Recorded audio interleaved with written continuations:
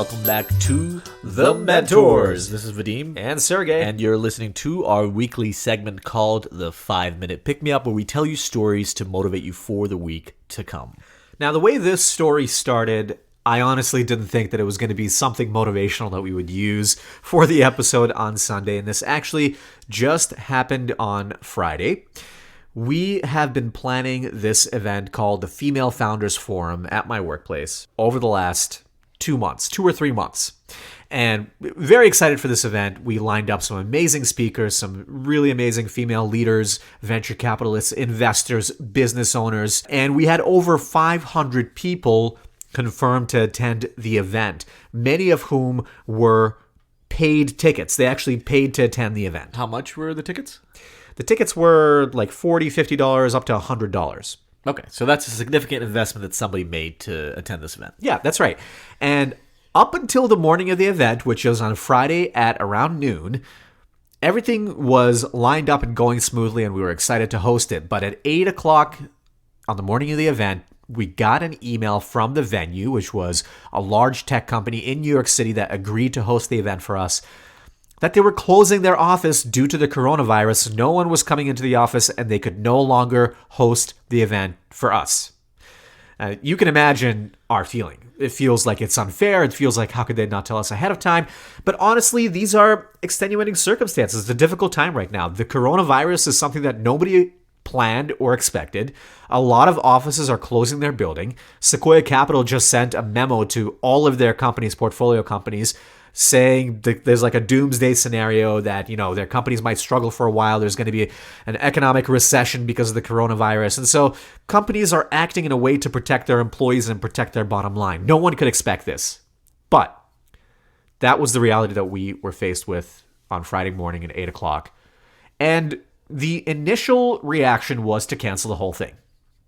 We thought, what could we possibly do? We have to cancel it. There's no venue, so there can't be an event. And that's what my colleague decided was probably the right course of action. But she first checked with one of her other colleagues that had been planning the event. And that colleague had a little bit of a different mentality in that point in time. She wasn't yet defeated by it. So she said, is there still any way for us to still host the event? We've been planning it for months. All these people are ready to go. Why can't we figure out another way to do it? Just by asking that question, we unfolded for the next 4 hours a series of events that helped us save this conference. We were able to reach every single speaker and reroute them to our office, which is significantly smaller, could not host 500 people, but at least the speakers could be there.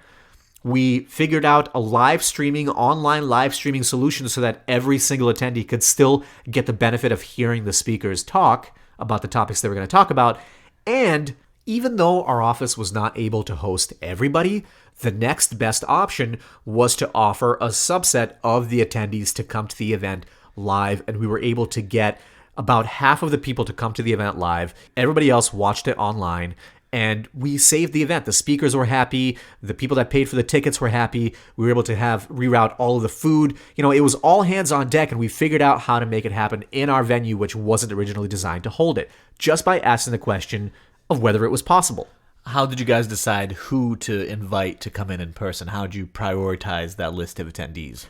We decided that the people that had paid for the event should have the option to come and experience it. We also know from our experience hosting events that typically when people RSVP, if you have a free event, you probably get 40-50% attendees from the RSVP. But if people actually pay for a ticket, even if it's a nominal amount, 80% of those people will show up. The last thing we wanted to happen was for every single person, which was several hundred people, to show up to the venue that was no longer holding it and not know what to do. So actually, I went to that original venue, stood outside their doors to make sure to tell every single person that came anyway that hadn't checked their email that morning when we notified them that there was a cancellation, there was a change of venue.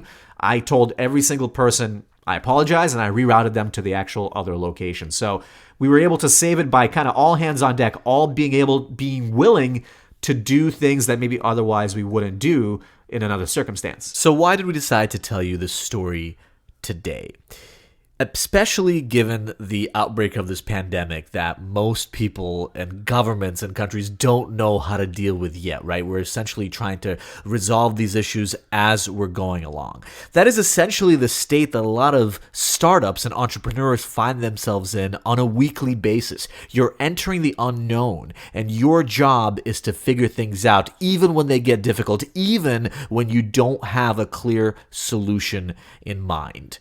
And so, one of the things that will increase the chances of your success is if you, as the entrepreneur, figure out how to surround yourself with people, how to surround yourself with a team that is able to be resilient, that is able to think about creative solutions that might not be available out there for you in terms of like doing research and figuring out what to do, that is able to be solution oriented when almost everybody else would give up or take an easier route. And these kind of things, when you have impossible situations, yes, they're unfortunate, they suck, they're frustrating, but it's the best test of any team. We're a tiny team at the Entrepreneurial Institute. There's only 8 people on the whole team. We also have some interns that helped out and saved this event. I will say it was literally all hands on deck from 8 in the morning to save the event. But because everyone there was solution-oriented, this test proved that it's a successful team. We all added and did our part to make sure that the event would still go on, even if it meant dealing with caterers, carrying chairs, going back to the other venue and manually telling every single person where to go, right? Things that maybe are outside of your job description, but we did them for that one purpose of saving the event. The other thing to remember too, that sometimes if you are in a state of mind where it feels like something is impossible, maybe go to someone that might have an opposite opinion and ask them what they think. Go to somebody that maybe in that moment isn't as stressed as you are and see what they think, because they might change your perspective, just like what happened in this case,